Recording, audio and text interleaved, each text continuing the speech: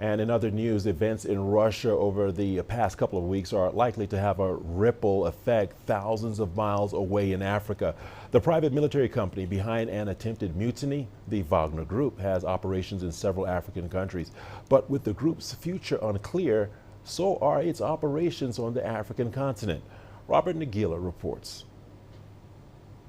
It's been 2 weeks since a short-lived rebellion by the Russian private military contractor, the Wagner Group, in Russia.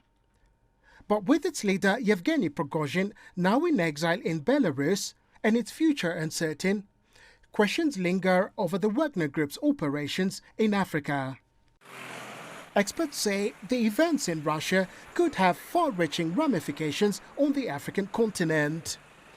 The Wagner Group has been assisting several African countries, including Mali and the Central African Republic, in dealing with their internal conflicts. Well, they're significant because they're going to impact on certain countries, particularly countries such as Mali, countries such as the Central African Republic, where they've been providing security in the absence of a proper functioning national army. Only last week, the United Nations Security Council voted to end the UN peacekeeping mission in Mali following a demand from the government. In 2021, France announced the withdrawal of its forces from Mali following 2 military coups and citing the alleged presence of the Wagner Group.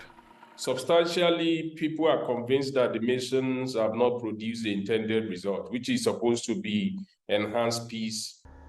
With the Wagner Group's future role in Africa unclear, some experts believe this could be the beginning of a renewed push by African member states in resolving the continent's conflicts.